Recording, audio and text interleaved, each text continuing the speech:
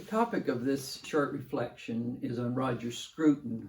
Scrutom was born in 1944 and died just as COVID was emerging in 2020.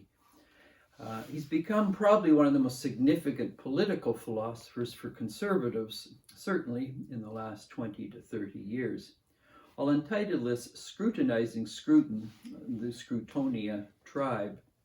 When we think of conservatism, there's low culture conservatism, of which Donald Trump would embody, and many of the followers, the acolytes of Trump in the Republican Party and elsewhere, see themselves as conservative, as opposing what they see as the dominance of an ideological progressivism, an ideological liberalism that offends their sensibilities and sensitivities. And they see Donald Trump as the one who embodies what they think is the way forward for the future of America, and in some senses even bigger than that on the global stage. But this is a very crude form of conservatism, which in many ways does not embody a more thoughtful and historic understanding of what is worth conserving. It tends to be fairly melodramatic, fairly intellectually thin, and very reactionary in a variety of ways. Up the level, in terms of conservatism, perhaps at a little higher level, and necessarily so, would be the popularity of someone like Jordan Peterson. In the culture wars, he's often seen as a conservative, once again calling into question, deconstructing the orthodoxy of progressivism, of liberalism, and many of the trendy issues that many liberals hold high. He's garnered quite a following for a variety of different reasons than obviously Donald Trump. But for many, they found Jordan Peterson front and center in terms of speaking their concerns, articulating their issues, and offering an alternative to what they see as a dogmatic liberalism or a dogmatic progressivism that brooks no critical thinking. The irony is, of course, it's not very liberal of a liberal to critique liberalism, but many liberals do not do so. And someone like a Jordan Peterson steps on the stage into this dominant liberal ideology and dares to say the emperor has no clothes on. So Jordan Peterson is a step beyond Donald Trump in reflecting on what is worth conserving and articulating in a much more thoughtful, obviously engaged way. Now, higher up at what we would call a high culture conservatism is Roger Scrutom. As I mentioned earlier, he was born in 1944 and died in 2020. He embodies for many who see liberalism in its various shapes, guises, forms, and particularly its progressive incarnation as someone who's grappled with these issues at a much more sophisticated, high culture, thoughtful way. Roger Scrutom is a prolific writer, multiplicity of books published. He's an artist. He was one of the early thinkers in grappling with the relationship of aestheticism and spirituality. His works in political theory, his three books on Richard Wagner, The Ring of the Nibelung, Parzival, his works on philosophy, could go on and on. And so Roger Scrutom cannot be denied as a significant, probably one of the most substantive conservative thinkers at a high cultural level. And each year before his death, people would gather at his home in England and be a part of the Scrutonia conferences that he, his wife, and others would attend. And these still continue year after year at his home or estate of sense in England. So when we think conservatism and we think Roger Scrutom, we're moving far beyond the very low level world of Donald Trump and followers, much further along the path than a Jordan Peterson. Interestingly enough, there was a dialogue before Scrutom's death between Jordan Peterson and Roger Scrutom, in which one can obviously see in a pretty obvious and clear way the depth of a Roger Scrutom and his understanding the richness of Western history, Western thought, politics, religion, arts, culture, literature, music, in a way that Peterson just does not have the same level of cultural understanding or depth. But all three in their different ways are saying things are out of joint in many ways. But Scruton knows how to articulate this in a much more sophisticated, nuanced, and refined way. So for many who are looking for some answer to what they see as the bankruptcy of liberalism in its various forms, shapes, and guises, Roger Scrutom has become the go-to person in articulating conservatism. Now, the question we want to ask is his understanding of conservatism deeply conservative? What is Scrutom conserving in this sense? And does it embody the best elements of what I would call Toryism in its old sense? A form of Toryism we see certainly developed thought through in the Canadian context, a form of high Toryism. So I'd like to just briefly reflect on the difference between Scrutom's understanding of conservatism and the Canadian understanding of high Toryism. Roger Scrutom, and when we think of conservatism today, the first thing that we have to ask ourselves, what is being conserved? What period of time is being conserved? And against what is seen as the erosion or the corrosive nature of liberalism that sees such a period of history as dated, as being out of touch with many of the changes in terms of where liberty and choice and equality and freedom are going. Roger Scrutom and those who follow him in the conservative tradition tend to see themselves as conserving the emergence of the ideas of liberty and choice and agency in the 16th and 17th century against significant elements of the Roman Catholic tradition. And so the Protestant Reformation, which is very important, and underneath the Protestant Reformation, whether one goes in the Anabaptist, the Lutheran, the Reformed tradition, it's about the importance of liberty and choice and agency in terms of religion initially, but then this flows into the whole element of freedom in the marketplace, freedom of laissez-faire, freedom from the state. And so this is when we can move very quickly into thinkers like Burke and Locke, different way, Hobbes, Hume. And so these people are conserving a notion of liberty in terms of that one and all should have freedom to find their own way, independent of state involvement, independent of other religions. Each and all should have the freedom to decide on the form of faith and worship as they want. And in this sense, what's going on is a dichotomy. We can find the same thing in Luther in that sense, in some of his early pamphlets, the liberty of the Christian man, or the state and the church is the great Babylon in that sense. And so when we hear the word of conservatism today, the first generation of conservatives cling to the notion of the freedom of the individual in conscience, using their liberty as they see fit to find the best life for themselves, the community they're a part of, the society. And often what happens in this notion of conservatism is society or community or the parish in that old sense is set against the intrusive nature of the state. The state becomes the problem.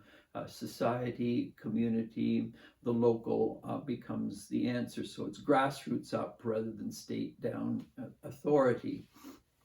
So, and also freedom of the marketplace. So not only freedom of the local community, but freedom of the marketplace versus the intrusive nature of the state, which taxes people against their choice. Roger Scrutom, as a young man in 1968, was at the Paris riots, and he watched the sheer anarchism that unfolded there, the violence that unfolded in the name of liberty. He saw this as an ongoing extension of the French Revolution in terms of where liberty can take a person. And out of that, ironically enough, he began to take the position that, and this is where some tensions are, is what is the role of the state? Because if where there is unbridled liberty in anarchism, you tend to get fragmentation, and order hence then is very important. But where is order to come from in terms of creating peace and stability in the state? What Scrutom does in his thinking, he tends to see, because he's real, he tends to focus on the real problem is the emergence of leftist thinkers whose view of the state, whose intrusive view of the state interferes with the liberty of individuals and communities. So he wrote two very powerful works. One got him into a lot of trouble once he looked at the intellectuals of the left in the 1980s. He was the editor of Salisbury Review, which was probably the most prominent work of conservatism in England under the Thatcher era. He wrote a follow-up work, again going after the left. And so in Scruton, what you tend to get is the right is right, as it were. It moves in a direction that is threatened by the left with its stronger emphasis on state involvement, state intrusion into the interests of the individual, the community, the grassroots. And so what Scruton, in that sense, is going after is the nature of a form of liberalism, which is statist liberalism, not only secular liberalism, which is just one form of a dogmatic liberalism, but a form of liberalism which increasingly realizes that you need a strong state to bring about some minimal justice in terms of economic issues, distributing goods, a healthy healthcare system, affordable education, ecological issues, and many other essential aspects of the human condition. And so in Roger Scrutom, what you get is this attempt to conserve the important role and the central role of the liberty of the individual contra forms of leftist politics which undermine and threaten, in the name of the collective, the common good, the important role of the individual and the local. This is why Scruton was one of the key figures in working closely with those in Eastern Europe who were oppressed by communism.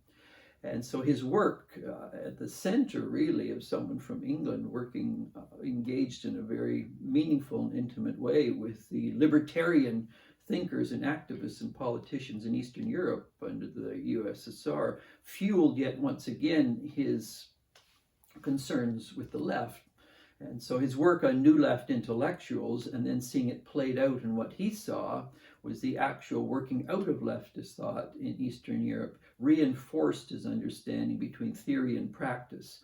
So these New Left intellectuals, when their ideas were played out in reality, it was Eastern Europe, USSR. No one, of course, could question whether leftist thought must necessarily move into Eastern European communism dominated by USSR.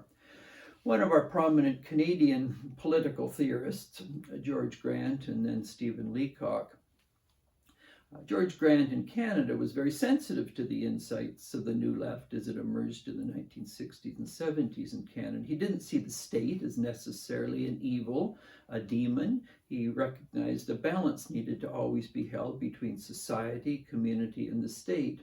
Society and community could fragment in a variety of directions. A state could be authoritarian, but there was good in the state and good in society. So in someone like a George Grant, one very, very much gets the sense of it need not be either or, state or society.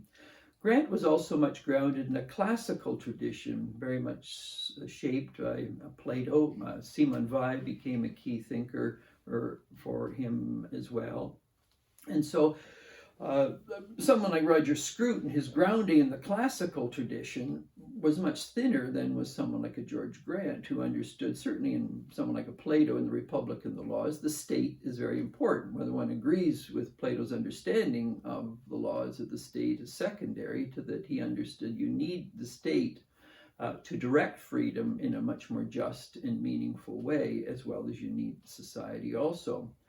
But Roger Scrutom slipped often into this either or. Leftist thinking is the problem, right-wing thinking is a good. Now he articulates this in a very sophisticated, nuanced way. He's not a crude right-of-center thinking. He marshals his arguments slowly. His articles on all the leftist thinkers, they're done journalistically style, but thoughtful journalistically style.